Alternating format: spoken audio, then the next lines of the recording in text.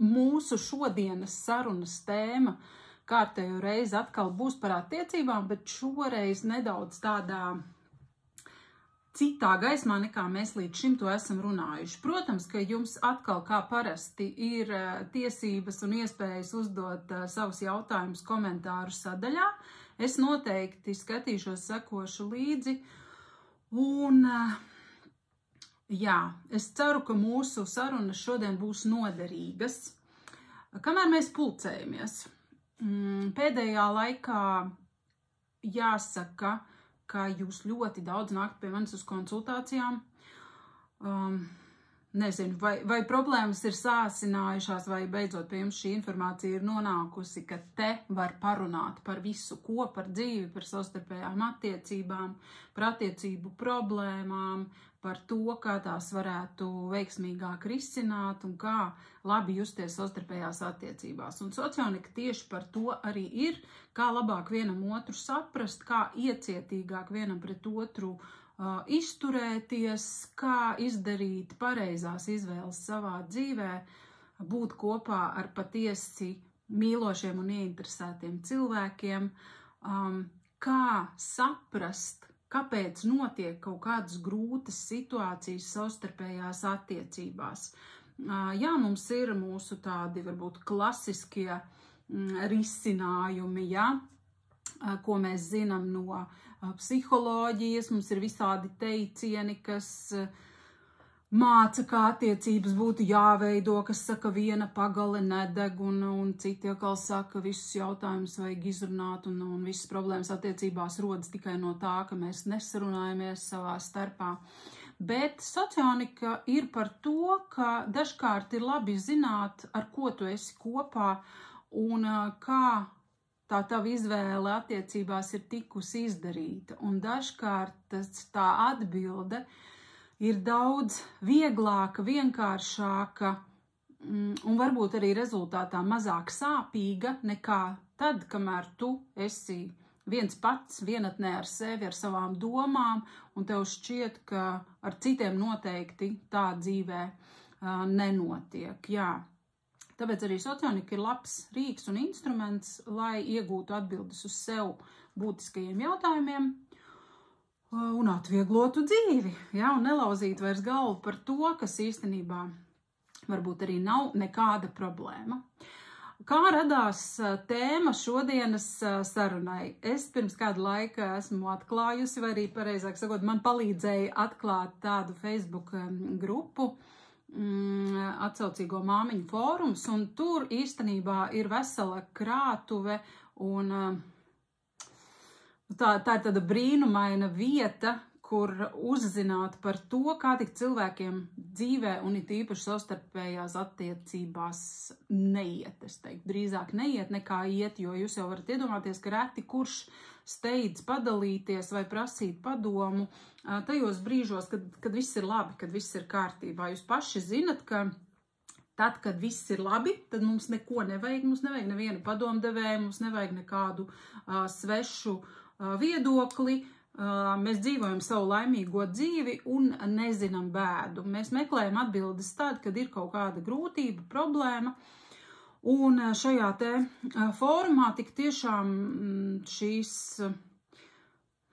nelaimīgās sirdis un skumjos attiecību stāstus var lasīt katru dienu neskaitāmi daudzos eksemplāros. Un šorīt man sākās ar kārtējo reizi atverot Facebooku.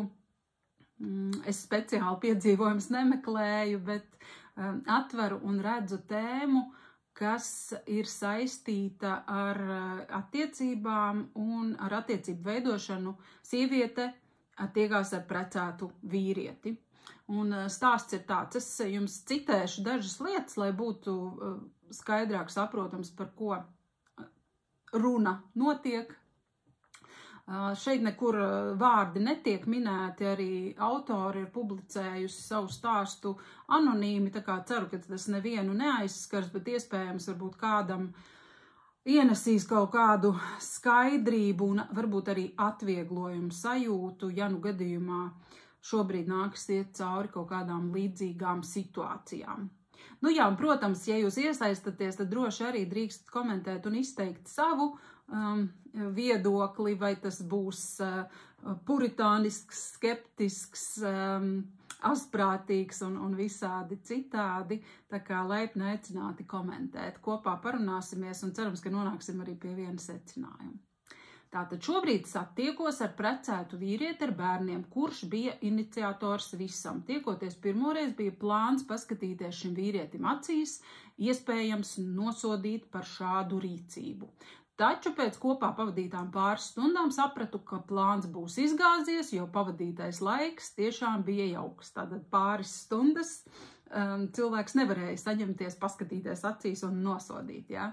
Tā kā tur tie nodomi arī tādi visai slideni. Tagad pavadām kopā diezgan daudz laika, kas sevi ietver ne tikai intīmās attiecības, bet arī diezgan personiskas tēmas, kas tā teikt palīdz iepazīt otru tuvāk. Ļoti izbaudu kopā pavadīto laiku. Šobrīd esam nonākuši situācijā, kad veidojas jūtas un paliek emocionāli grūti, jo viss šķiet kā pa īstam, bet tāpat laikā nav, ir par maz un nav iespējams nonākt pie kāda risinājuma secinājuma.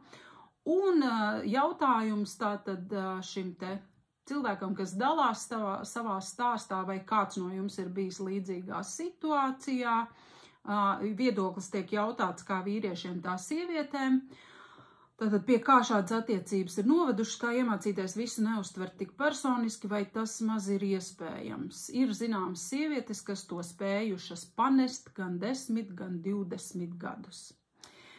Uzreiz liriskai atkāpēji es teikšu, ka es, protams, šo situāciju skatos tīri profesionāli, bet arī cilvēciski, protams, man par to visu ir viedoklis. Čau, Guna, paldies! Paldies, es ļoti centos, lai es fantastiski izskatītos. Jā, tātad man ir par šo viedoklis, un es nekad neesmu slēpusi, ka es savā dzīvē neesmu bijusi tas pareizākais un puritāniskākais cilvēks, noteikti nē.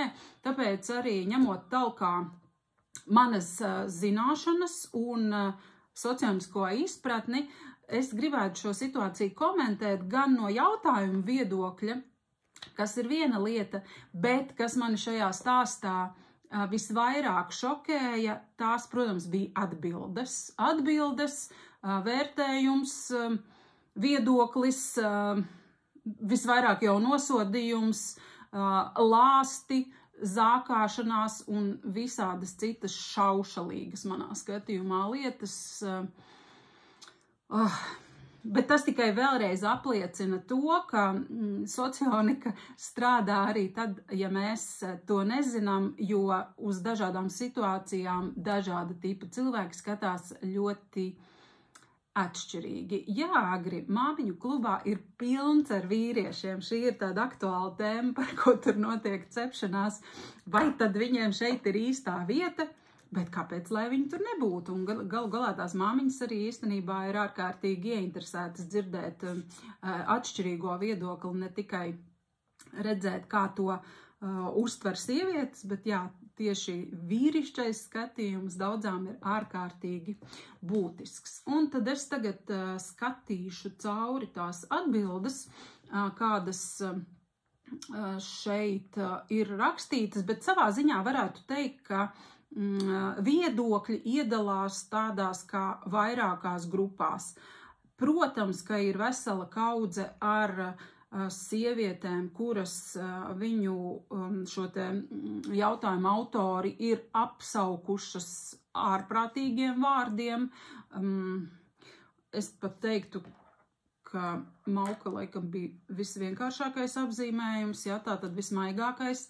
Tur bija ierosinājumi šai sievietei doties, tā teikt, ar šo sākt pelnīt, jā, ka tas beidzot viņai būtu jāuztver kā viņas dzīves īstais aicinājums. Tātad šis man liekas vienkārši briesmīgi, ka cilvēki tā var viens pret otru izturēties, bet kas, protams, rosina domāt par to, kas notiek šo pašu sieviešu ģimenēs, jo es domājot par savu dzīvi līdz socionikai, protams, kad es vienmēr esmu bijusi vienmēr ieinteresēta klausīties citu cilvēku dzīves stāstus, viedokļus, padomus. Man vienmēr ir bijušas vecākas draudzenes, kuras ir ar lielāku dzīves pieredzi, viskaut kam ir iziets cauri, un droši vien viņas arī katra dzīvoja kaut kādās savās citādākās, vairāk vai mazāk saderīgās un nesaderīgās attiecībās. Un es atceros, ka es esmu dzirdējusi tos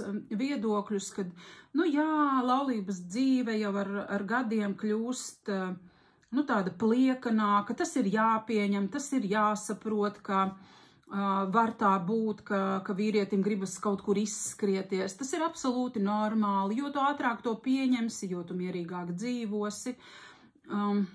Un visādi tam līdzīga veida apzīmējumi, neskaitot pat tos gadījumus, kad tika ieteikts pieņemt šādu situāciju, kā iespēju saņemt dāvanas. Ja? Piemēram, nogrēkojās, tad viņš tagad laizīs tev pēdas vai dāvinās dāvanas, nesīs puķes, un tu saņemsi visas tās lietas, ko tu savās ikdienišķajās attiecībās līdz šim no šī cilvēka neesi saņēmis. Tā kā, ļoti neveselīga sajūta, neveselīga gaisotne visā šajā attieksmē, kas ļoti labi izgaismo to kopējo sabiedrības problēmu, kas tad notiek mums apkārt ģimenēs. Jā, piekrītu, Agri, cilvēki formos ir kā no ķēdes norāvušies. Man arī dažkārt ir vienkārši kauns un neomulīgi šo visu lasīt, un cik drosmīgi cilvēki ir gatavi izgāzt žulti pār otru cilvēku. Tātad es jau esmu īstenībā teikusi savu attieksmi pret to, kā es uzskatu, kāpēc notiek krāpšana attiecībās, un tur jau nekā oriģināla nav. Jo es uzskatu, ka neviens nekur pasaulē nedodas meklēt laimi un labas tā kā sevi izklaidēt tikai tāpēc, ka viņam gribētos izklaidēties. Droši vien, ka ir kaut kādi izņēmuma cilvēki un izņēmuma gadījumi, un varbūt tik tiešām eksistē tādi patoloģiskie krāpnieki, bet es šim neticu. Goda vārds, es šim neticu.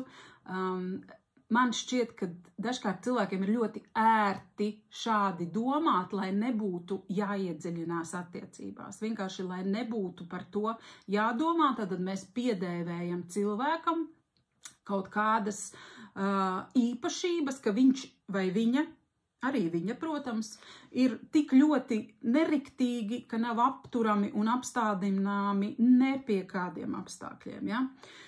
Un noteikti es arī negribu teikt, kā tas arī ļoti daudzos komentāros parādījās, ka rakstīja, ka viņš ir atradis jūsos to, kas sievai pieklibo vai nesaņem vēlamo no sievas.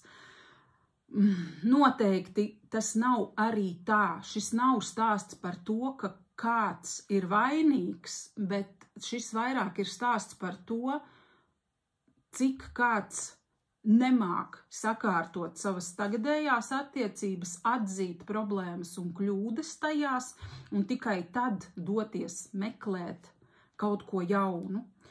Tāpēc es domāju, ka tā vairāk ir tāda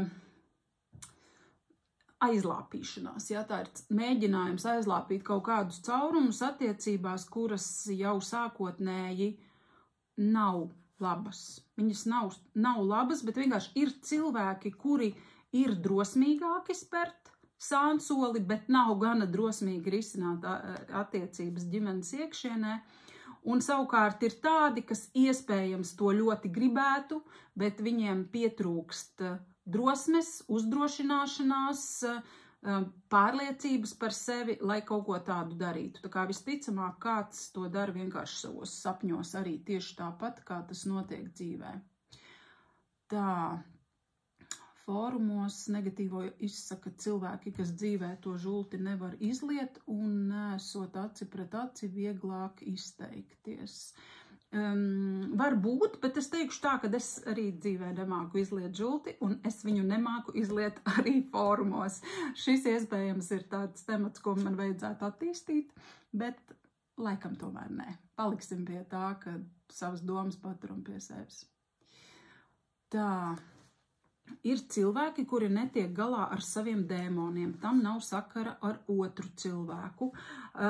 Jā, savā ziņā var tā būt, ka cilvēks netiek galā ar saviem dēmoniem, bet, diemžēl, ja reiz mēs ņemam vērā socioniku, tad kaut kādu cilvēku klātbūtnē šie dēmoni var pamosties un aktivēties visnegaidītākajos veidos un laikos un situācijās, un kaut kādu citu cilvēku klātbūtnē atkal tie demoni nepamodīsies nekad. Tā kā katru situāciju skatam individuāli, un šis nav viss, ko es jums tagad stāstu un komentēju, tas nav kaut kādos absolūtajos skaitļos par visiem cilvēkiem. Noteikti ņemam vērā katru individuālo situāciju. Tā, es nekad neesmu nosodījis šādu tipu attiecības, sansoļus un tam līdzīgi pat bez savas pieredzes. Katrs gadījums jāskata individuāli, jā. Bet man šī tēma savā ziņā ir tuva. Es varētu konsultēt šos cilvēkus, parunājot ar viņiem, uzzinot situāciju sīkāk, var saprast iemeslus. Nu jā, tā tad tas vienkāršais iemesls, tas socioniskais iemesls, protams, tās ir nesadarīgas savstarpējās attiecības, par kurām cilvēki skaļi nerunā, jo viņi nav pārliecināti, ka viņi tiešām savās attiecībās slikti jūtās. Ilze jautā, kuri tipi visbiežāk būtu tie, kas varētu aiziet sansoļos? Nav tāda tipa, nav tāds krāpēja tips un nav tāds zaglīgais tips un nav tāds mūžīgi aprunājošais tips vai atriebīgais tips. Tas viss no konkrētā cilvēka atkarīgs. Ja? No cilvēka, no viņa dzīves pieredzes, no viņa attiecību pieredzes, no audzināšanas, no vispār no jebkā, kas ap viņu dzīvē ir noticis. Tāpēc es šajā stāstā gribu būt kā abu pušu advokāts un absolūti nevienu šajā situācijā nevainot, ne to meiteni, kas ir iekļuvusi šajā attiecību stāstā, ne vīrieti, kurš sev pieņem, sev nevis pieņemamā, bet sev zināmā, sev saprotamā veidā ir centies iegūt kaut kādus prieka un laimes mirkļus, un noteikti es nevainoju arī sievu, kura visdrīzāk un cerams, ka nezin par šiem vīra sansoļiem, un iespējams, ja uzzinātu, tad mestos vainot sevi un domāt, ko viņa ir nepareizi darījusi vai kā viņa ir nepareizi rīkojusies šajās attiecībās. Tā, kuri nevar drosmīgi pieņemt lēmumus, kas nav viegli. Ļoti daudzi nevar pieņemt lēmumus, kas nav viegli, tāpēc, ka viņi nav pārliecināti, ka tas lēmums ir pareizs. Un tas bieži vien nav saistīts ne ar tipu, ne ar ko, bet vienkārši varbūt tām izpratnes, zināšana trūkums un pārliecība, ka tā rīcība tik tiešām ir pareiza, jo jebkurās attiecībās, jebkurā laulībā, vai tā būtu, vai tur ir krāpšana, vai tur ir dzeršana, vai tur ir azartspēles, vai tur ir vienkārši nesaskaņas, vai tur ir nespēja nopelnīt naudu, vai tur ir nesaimnieciskums. Vienalga, kas cilvēki nav pārliecināti, ka tas, kā man ir, kā es jūtos, ka tas ir adekvāti. Ja man ir pretenzijas, cilvēki domā, ka varbūt man ir nevietā pretenzijas.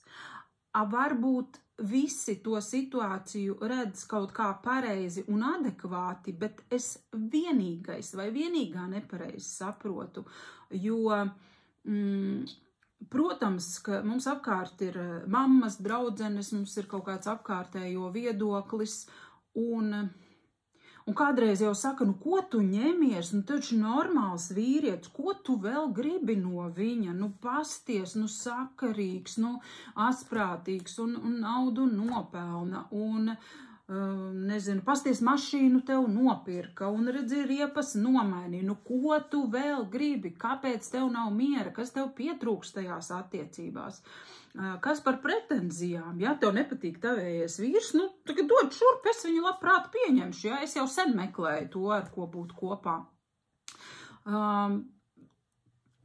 Nav tās svētās pārliecības sajūtas, ka manas pretenzijas patiešām ir adekvātas, un mums jau apkārt ir ļoti daudz un dažādi padomdevēji, un ej pie kā gribi, katram būs kaut kāds savs skatījums uz to lietu, un kā tad zināt, kā tad man rīkoties, kas tad ir tas pareizais risinājums, vai man ir jāsakož zobi un jācieš, vai man ir par katru cenu jācenšas uzturēt, noturēt attiecības, kurināt to pavardu, vai mums abiem ir jāsadodās rokās un jāiet ģimenes terapijā, nu kas tad ir tas īstais ceļš un cik ilgi, ja, tātad cik ilgi man ir jāstrādā pie attiecībām. Kurš lūdzu man var pateikt, cik garš ir tas kurss, vai tās ir 3 klases, vai tie ir 12 gadi, cik tieši ilgi man ir jābūt gatavam strādāt ar attiecībām, un vai man kāds pateiks, ka tur man sanāks vai nesanāks beigu galā un rezultātā. Tā kā šis ir viens tāds liels un globāls iemesls, kāpēc cilvēki nepieņem lēmumus, kāpēc viņi nešķirās, kāpēc viņi mokās grūtās attiecībās. Un arī no malas skatoties, ja, ārēji, tad, kad varbūt tām kāds vēro to pāri, liekas jau, ka ir nezinu, kam jābūt, lai tā kā sabiedrība un apkārt esošie saprastu un akceptētu, kad, šite, tad tiešām bija tāds grūts un smags gadījums, te jau bez vārda runas, tā kā visa sabiedrība šitā vienojās un pasaka, jā, pareizi izdarīja. Vienmēr būs kāds, kurš atbalstīs un sapratīs, un vienmēr būs kāds, kurš teiks, ka, nē, ar ko apprecējies, ar to arī jādzīvo. Jā, arī bail palikt vienam, protams, un šīs bailes, uzreiz gribu teikt, tas ir raksturīgi kā vīriešiem, tā sievietēm. Nav tā, ka tikai sieviete trīc par savu laulību, un tikai viņa vienīgā domā par to, vai tam man izdosies izveidot attiecības. Vīrieši baidās precīzi par to pašu, precīzi, vispār bez jebkādas atšķirības. Un man ir arī žēl to, ka vīriešiem piedēvē šo te ērzeļa dabu, ka viņi ir neremdināmi savās seksuālajās vēlmēs un to vien grib kā, neizteikšos, ja, bet arī tā nav. Arī tā nav. Vīrieši arī grib mīlēt, grib būt mīlēti, grib kādai pieglausties, grib vienkārši papļāpāt, grib saņemt atbalstu, grib vienkārši atslābināti baudīt kopā ģimenes dzīvi, lai arī kā viņa fiziski izpaustos. Vai tie ir ceļojumi, vai tā ir bērnu audzināšana, vai tie ir ceļojumi, vai varbūt kopīga zemnieku saimniecības radīšana un uzturēšana, visi grib vienu un to pašu. Un ja mēs tā drosmīgāk paskatītos viens otra, acīs un virzienā, ja mēs zinātu šīs te lietas viens par otru, ka mēs visi gribam būt laimīgi. Man liekas, mēs daudz drosmīgāk arī mestos tajā attiecību veidošanas virzienā un būtu prasīgāki pret tiem partneriem, kurus mēs izvēlamies un ar kuriem mēs nolemjam mēģināt.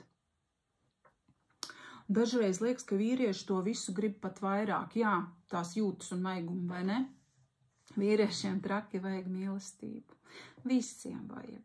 Visiem vajag. Nekā jau tāda foršāka un skaistāka mums tai dzīvē nav par mīlestību, par tādu savstarpēju sapratni, iedomāties satikt pilnīgi svešu cilvēku. Tev ar viņu nav vispār nekādas radniecības.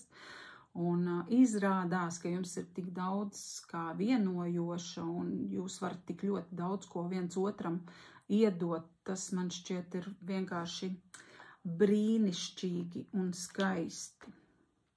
Labi, atgriežamies pie tēmas. Tātad nākamais komentāru tāds bloks bija par to, cik izmisušai un ar zemu intelektu ir jābūt sievietei, lai viņa izvēlētos un piekristu vispār būt šādās attiecībās. Man liekas, šis ir viens no tādiem milzu stulbākajiem maldiem, kas vien varētu būt. Cik izmisušai un ar cik zemu intelektu. Pirmām kārtām es teiktu, kas mums ļoti pietrūkst, ir uz pasauli paskatīties drusku plašākā mērogā. Jo, diemžēl, mums tas redzes loks lielākai daļai cilvēku ir ārkārtīgi šaurs. To es dzirdu bieži konsultācijās, kad es saku, ja gribi veidot attiecības, ej piereģistrējies attiecīgos portālos un rīkojies. Kā? Nē! Vai tad nevar tepat? Vai tad nevar kaut kur starp draugiem, starp kolēģiem? Vai tad nevar aiziet uz kādu klubu vai bāru, uz zaļumbalu un tur iepazīties?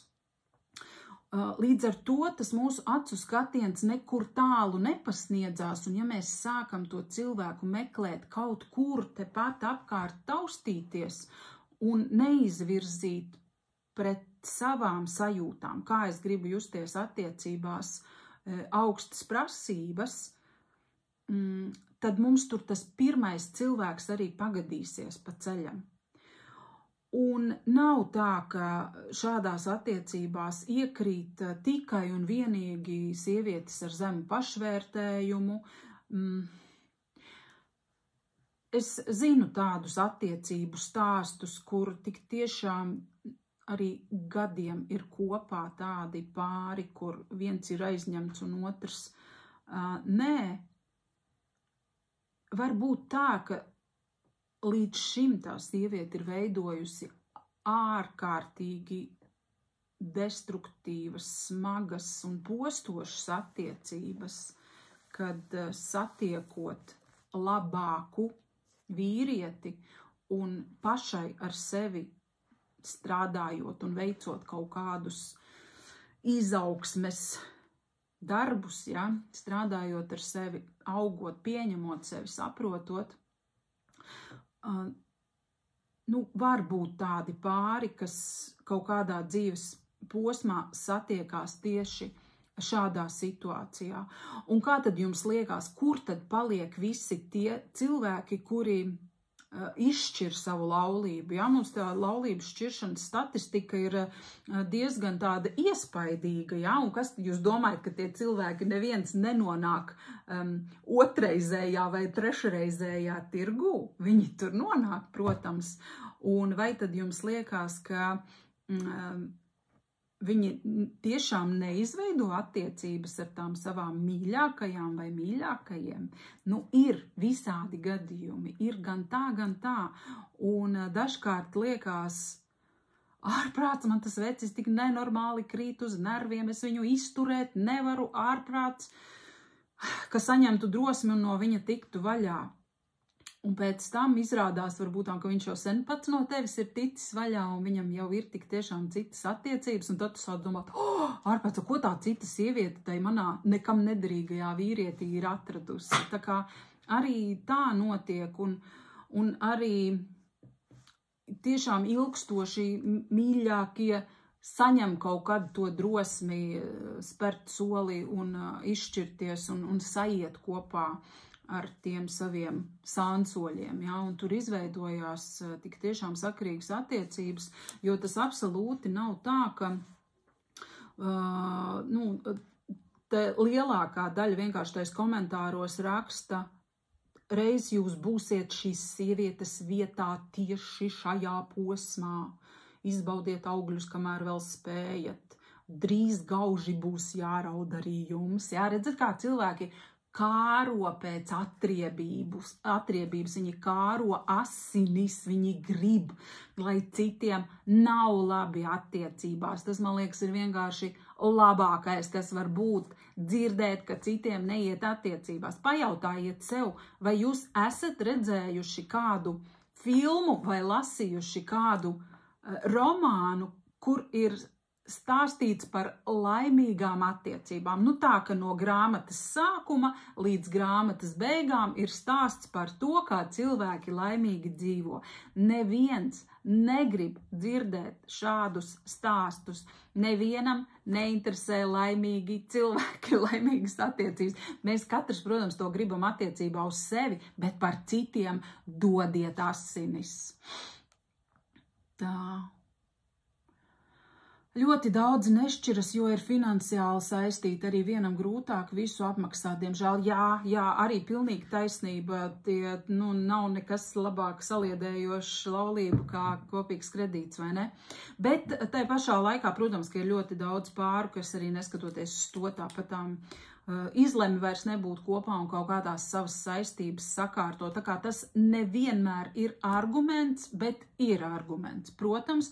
Un protams, daudziem arguments ir arī bērni, un iespējams, ka tur ir vēl kādi citi radinieki iesaistīti šajā visā lielajā ģimenes stāstā. Varbūt kāds kaut kur dzīvo ar vecākiem kopā vienā mājā vai vienā dzīvoklī. Dzīvokļa jautājums, protams, vienmēr ir būtisks, bet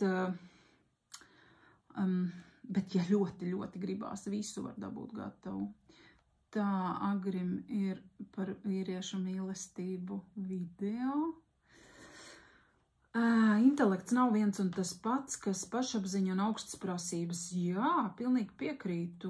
Varbūt ļoti intelektuāls cilvēks ar ārkārtīgu zemu pašapziņu un nekādām prasībām. Pilnīgi piekrītu un varbūt augstas prasības, bet nekāda intelekta. Tā. Jā, te jau par mīlestību grib dalīties. Cilvēki netic, ka var būt labāk. Pilnīga patiesība. Cilvēki netic, ka var būt labāk. Cilvēki nezin, ka, ja tu visu dzīvi ēd, nezinu, tikai kotletes ar kartupeļiem, tu neesi nekad neko pagaršojis, tad pilnīgi noteikti tu neticēsi, ka kaut kas var būt garšīgāks. Tieši tāpat arī jebkurās lietās dzīvē mums ir vajadzīgi skolotāji. Es par šo esmu ļoti daudz runājusi. Un tas attiecās arī uz to pašu attiecību veidošanu. Mums ir vajadzīgi kaut kādi cilvēki, no kā mēs savā dzīvē varam pamācīties, iedvesmoties, kuri mums varbūt var izstāstīt un izskaidrot kaut kādas lietas, ar ko mēs paši nezinām, kā tikt galā. Un es domāju, ka tie labie attiecību stāsti, vismaz tie, ar kuriem es jums cenšos dalīties, es ceru, ka tie dod jums vismaz kripatiņu ticības un pārliecības, ka tas ir iespējams, ka tie nav kaut kādi unikāli un vienreizēji gadījumi, jo tieši tāpat taču, ziniet kā, es piemēram kādreiz, kad gāju uz lielveikalu, un tur parasti ir kaut kādas degustācijas kaut kādiem produktiem. Kad es biju savā iepriekšējā dzīvē, ne tagad kopā ar savu tagadējo vīru, es nekad negāju klāt pie tiem galdiem neko pagaršot. Nu tā, ka nekad. Nē, tu ko? Kā es tā iešu klāt, kā es tā pagaršošu, kā es mēģināšu, ja nu man nepatiks, ja nu man liks to nopirkt, kas viņiem tur ir. Man nebija tādas pieredzes, es nezināju, kā šādās situācijās rīkoties. Goda vārds elementāra lieta, kas tagad, ja, šo man iemācīja mans vīrs, ka ir jāiet, viss jāpagaršo un jāpamēģina. Tad šobrīd es jau esmu tā, kura pirmā dur iekšā veikalā, tirgu vai jebkur, kur kaut ko piedāvā pagaršot, es visu pagaršoju un vēl iedodu arī tam otram, kas man ir blakus, vai tie ir mani bērni, vai tas ir vīrs, es saku, ņem pagaršo, vai tas ir kaut kāds, tur, es nezinu, dzēriens kaut kādās glāzītēs, vai tā ir kaut kāda gaļiņa, vai, jebkas cits, ko piedāvā pamēģināšanai, es tagad vairs no tā nekautrējos, bet nevis tāpēc, ka es tā izdomāju vai izlēmu, bet tāpēc, ka man parādīja, ka tā var. Un šis ir ļoti svarīgi mums katram, mums vajag, lai ir kāds, kurš parāda. Un jums nav jāatrod jūsu dzīvē tāds viens cilvēks, kurš būs absolūtais etalons pilnīgi visos jautājumos. Jums tādi iedvesmas avoti var būt vairāki. Kāds, kurš parāda, kā smuki ieveidot matus, kāds, kurš pastāsta, kādā krāsā vislabāk sienas izkrāsot, kāds, kurš zina, kā nezinu, ko darīt ar mašīnu, tad, kad tu naktī braucot pa ceļu saskrienies ar jenotu, piemēram, ja? Jebkurā jautājumā mums vajag kādu, lai pasaka priekšā. Es nezinu, kāpēc tas tā ir noticis vai kļuvis, kad apmēram tad, kad tu pabeidz skolu, viss tu esi apmēram gatavs dzīvei, viss, ej tagad mokies pats vai pati, tiec galā ar visu, tev kaut kā sanāks vai ir jāsanāk, un tad kāpēc nesanāk? Velns viņi zina, kāpēc nesanāk, bet mums vienkārši nav pieredzes ļoti daudzos jautājumos. Tā, vai varēs noskatīties, atkārtot? Jā, viss paliks ierakstā, un šo pašu es noteikti ielikšu arī YouTube'ā, tā kā jūs varat droši doties uz manu YouTube kanālu Evija Čeprova, tur ir viss kaut kādi iepriekšējie materiāli, man tur ir vairāk kā 100, man liekas, video, arī no iepriekšējiem mūsu pļāpu vakariem. Tā kā izmantojiet visu, ko es jums jau esmu pastāstījusi. Tā, redzot un dzirdot, ka vīrieši krāp savas sievas, kā lai notic, ka tā nebūs arī man, kad satikšu savu vīrieti. Vīrietis varbūt grib iet un pamēģināt visu, arī, ja ir arī harmoniskas attiecības, nespēju šim noticēt. Es vienkārši tam nespēju noticēt, ka tā var būt, jo, kā jau es teicu, vīrieši arī grib laimīgas attiecības. Viņi negrib skriet tā kā defaultā vīrietis, un viņš grib skriet apkārt un visu kaut ko pamēģināt. Lielākā daļa vīriešu negrib. Viņi tā dara. Un ne tikai viņi, tā dara arī sievietes. Viņas arī iet, mēģina, kļūdās, nesanāk, iet pie nākamā, arī sievietes pamēģina. Un tieši tāpat vīrieši mēģina un krāpj tikai tāpēc, līdz kamēr viņi satiek to savu cilvēku. Ja? Viņi to dara sev saprotamā veidā. Kā es citādāk vēl varu uzdurties savai īstajai sievietei, ja ne burtiski. Ja, tad šādā veidā arī tie procesi tiek veikti ar burtiskās uzduršanās metodi. Tātad iešu, mēģināšu tikmēr, kamēr satikšu savējo. Jā, tā kā es nezinu, godīgi sakot, es savās tagadējās attiecībās, mani šīs domas nekad nav nomocījušas. Vispār nekad pie visa tā, ka mēs katrs ar vīru dzīvojam, katrs savā pilsētā, katrs savās mājās, nekad neesmu dzīvojusi aizdomās vai paranojā vai sajūtā, kad, ja viņš gribēs kaut kur aiziet, es taču viņam neesmu blakus katru sekundi un katru brīdi. Es domāju, ka tad, kad jūs satiksiet to savu cilvēku, šīs domas pamainīsies. Jo mums jau ir raksturīgi arī uzburt visādas briesmu un šausmu ainas sev apkārt par to, kas tik viss ar mums neatgadīsies tajā šausmīgajā laimīgu attiecību veidošanas procesā. Un, ja viss būs slikti, ja visi vīrieši ir trūcīgi, ja visi vīrieši nemazgājās, vai ja gadījumā izrādās, ka visiem vīriešiem tikai seks interesē, un ārprāts, ja viņš mani gribēs nolikt pie plīts un nelaidīs ārā no mājas, vai ārprāts, ja viņš būs šausmīgi greizsirdīgs. Nu, jo jūs ilgāk šitā fantazēsiet, jo jūs ilgāk nedabūsiet to, pēc kā jums vajag vienkārši aizžmiegt acis un iet, pat ja ir bailes un pat ja nav pārliecība. Un sievietes arī krāp droši vien pat vēl smalkāk. Nu, tak, protams,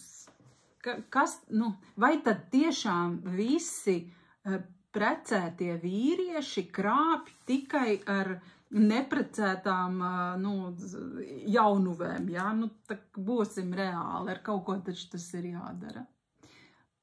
Lūk. Tā, var gadīties sansoļi arī harmoniskās attiecībās. Tur var būt savi dēmoni cilvēkiem. Piemēram, atkārto agrāko praksi, nenotic, ka tagad attiecības tiešām būs labas un visās attiecībās ir problēmas arī sadarīgās. Protams, Ieva, tieši tā. Lūk. Jā, tātad atgriežoties pie šausmīgajiem komentāriem. Viņu tiešām ir daudz. Es dienas gaitā vairs nesakoju līdzi, kas tur notiek. Man pietika ar to, ko es ārprāt. Es nevaru tādus vārdus izteikt, ko es tagad tikko ieraudzīju, bet tas tiešām ir šausmīgi. Vēl ir viens, starp citu, tāds stereotips, ko man šķiet, kad sievietes, tās, kuras ir piedzīvojuši to krāpšanu attiecībās, mēdz sev likt kā tādu plāksteri vai aizmālēt acis, ka viņš jau iet pie tām pērkamajām sievietēm. Viņas visas noteikti ir pērkamas, sliktas, ārprātīgi izvirtīgas. Viņas dara kaut kādas tādas neķītras lietas, kuras likumīga sieva ģimenē un attiecībās nepieļauj. Un vispār tur notiek kaut kas tik šaušalīgs, ka es kā māte, kura bučo mūsu bērnus, noteikti nepieļaut tādas lietas. Kas tie par šausmīgajiem? Es nevaru tādu vārdu teikt publiski. Šies ir slikti. Šie ir ne jau šeit komentāri, bet es lasu tos, kas ir zem tā posta bijuši, kur to nabaga sieviete tagad nozākā ar visiem iespējamiem sliktiem vārdiem. Tā, būt mīļākajai ir kā ēst atliekas no viesību galda. Nē, es pati neesmu bijusi precēta vīrieša mīļāka, taču nav tā, ka nebūtu bijusi iespēja par tādu kļūt. Mani fascinē šie te visi kategoriskie, pareizie, ļoti tādi, ar tik stingru viedokli un pārliecību esošie cilvēki, bet atcerēsimies, ja mēs esam dažādi un tādi cilvēki arī ir. Jā. Jūs dosiet, viņš ņems, kamēr tas viss vienā dienā beigsies ar postošu skandālu. Veidojiet pati savu ģimeni. Šis nav jūsējais, jā, tad nelien pie sveša. Tātad katrs cilvēks, kurš ir attiecībās ar citu cilvēku, viņš ir kļuvis par tā otra cilvēka īpašumu, un šī ir zādzība.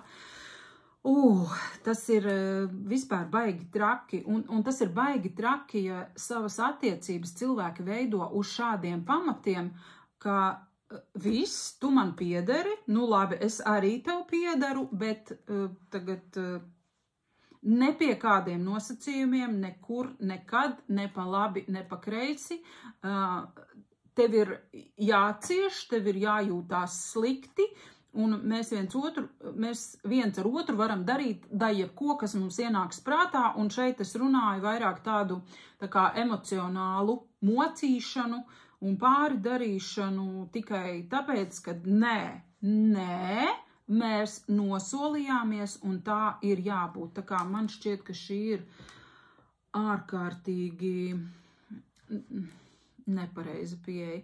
Un viena sieviete, protams, dod pretī, diemžēl parasti tieši mīļākās ir tās viesību galds, pie kuriem ir tie labumi, ja? Nevis tas pie tās sievas. Tādas attiecības nav ilgtermiņa, un jūs esat kā plāksteris, kad viņam ģimenē problēmas. Pati neesmu tikusies ar precētiem un neuzskatu par normu to, bet zinu, kas tiekas. Vienmēr galā ir vilšanās, ja? jā, kādreiz tas var būt plāksteris, varbūt tas kaut kāds īstermiņa risinājums, tā tas var būt. Jā, nu, protams, ka visas novēl šai sievietei nonākt tieši tādā pašā situācijā, meitenīt nesabojā savu karmu, nāksies maksāt augstu cenu, bet šis, man liekas, tas varbūt nebūs populāri, ko es teikšu, bet man šķiet, ka par savu laimi un par savām attiecībām ir jāpacīnās, un droši vien, ka tagad visiem, kas ir attiecībās un precēti, viņiem vītīs ausis no tā, ko es saku, bet tā var būt, ka tas cilvēks varbūt tām ir dzīvojis, pacietusi tajā laulībā, darījusi labāko no sevis, ko vien var, un tiešām dzīvojuši nepaceldami aci, bet vai nu tā notiek nejaušības pēc, ka cilvēki kaut kur satiekās, nezinu, tur darbā, komandējumā, ceļojumā vai, nezinu, lielveikalā ar ratiņiem saskrienās. Un varbūt satiek kādu, kas ir, tik tiešām stipri citādāks nekā tas cilvēks, ar kuru tu esi kopā, un tu beidzot sāc izbaudīt citas sajūtas un uzzini, ka tādas eksistē.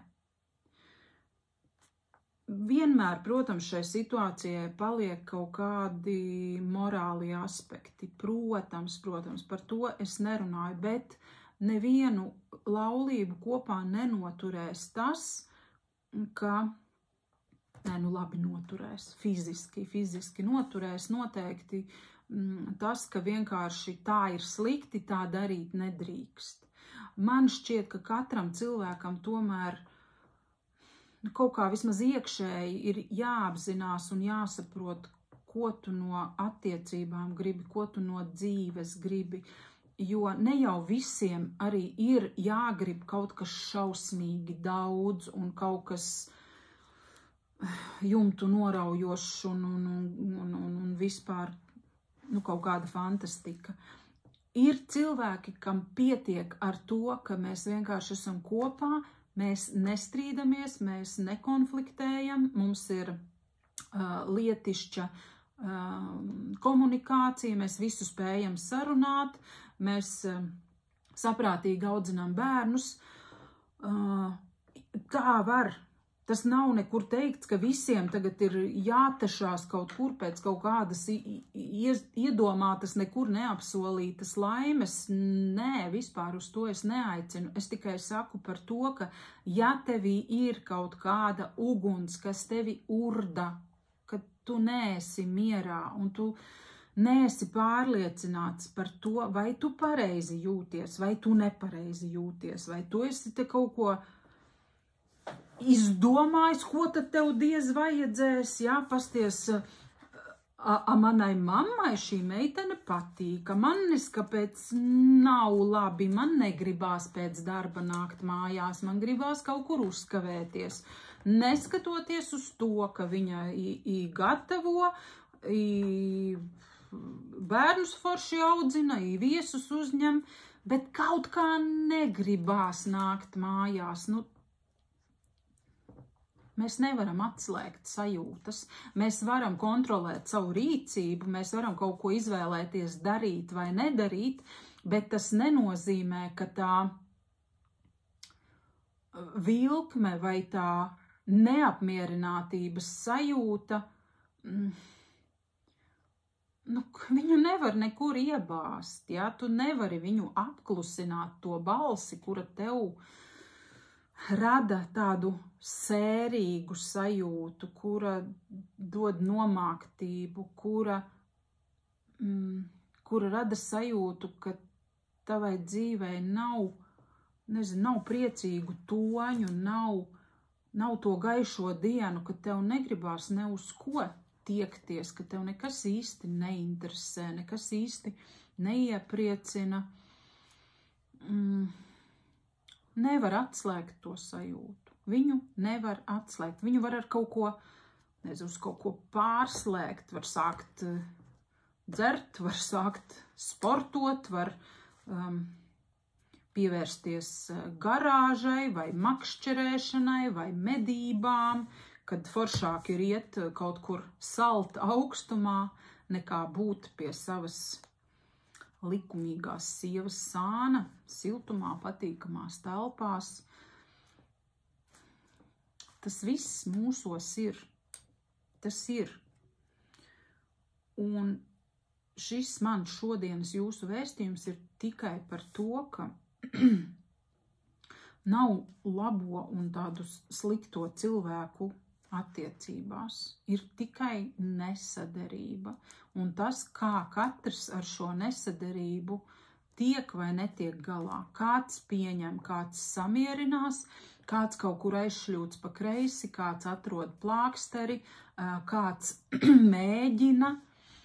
Un varbūt kāds satiek to savu drosmīgo sievieti, kas palīdz šim vīrietim veikt viņam netipisku soli, kas iedod to iedvesmu un pārliecību, ka sanāks.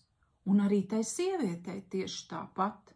Arī viņa iespējams ierauga, ka vīrietis tomēr var būt citādāks nekā tas, pret kuru man varbūt ir vesela čupa ar pretenzijām un iebildumiem un tā tik vien kā pārmetumi.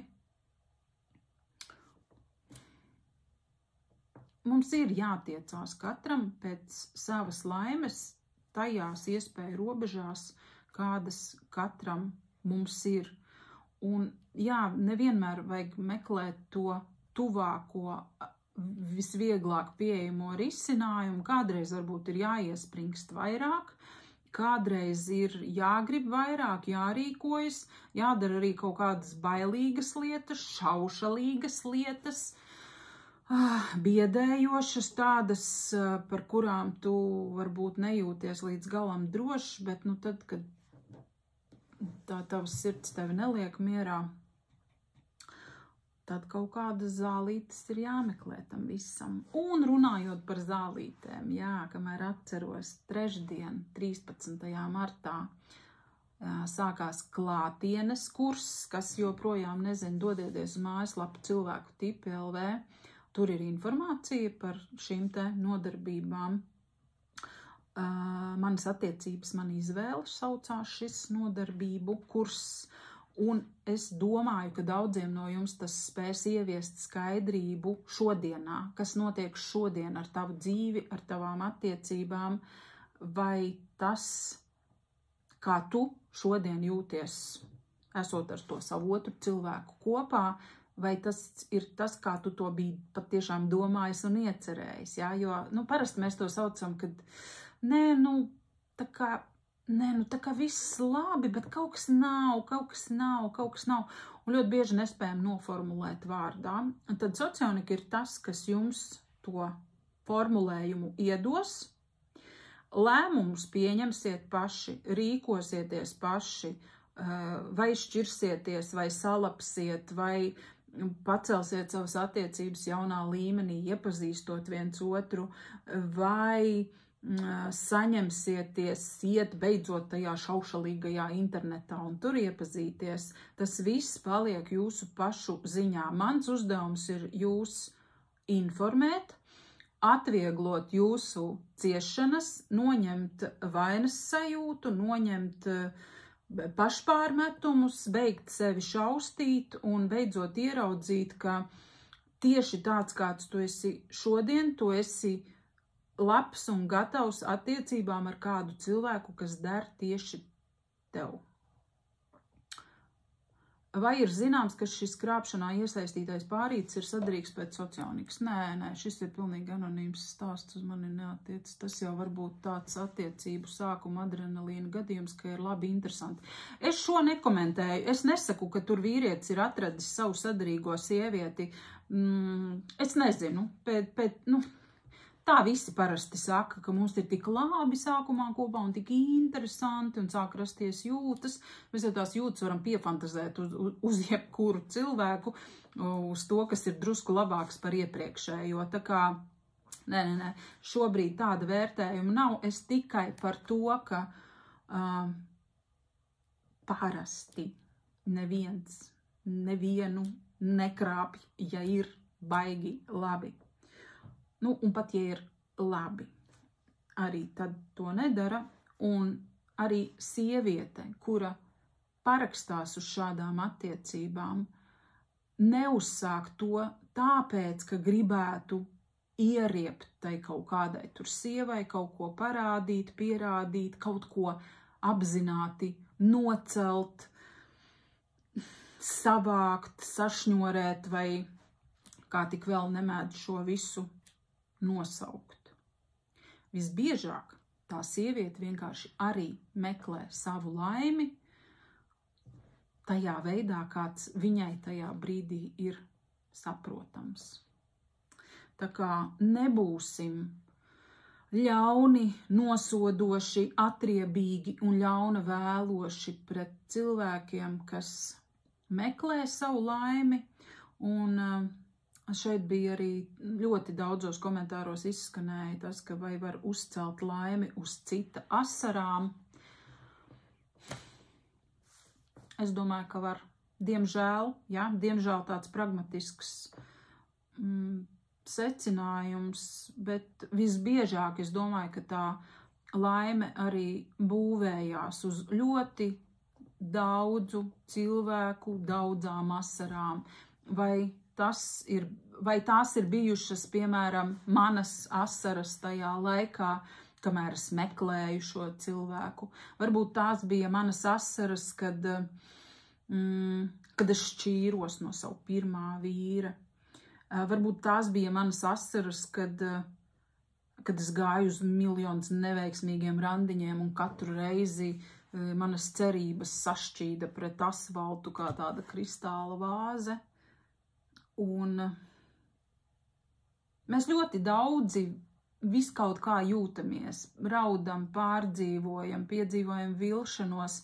Visa mūsu dzīve ir būvēta uz kaut kādām emocijām. Ja?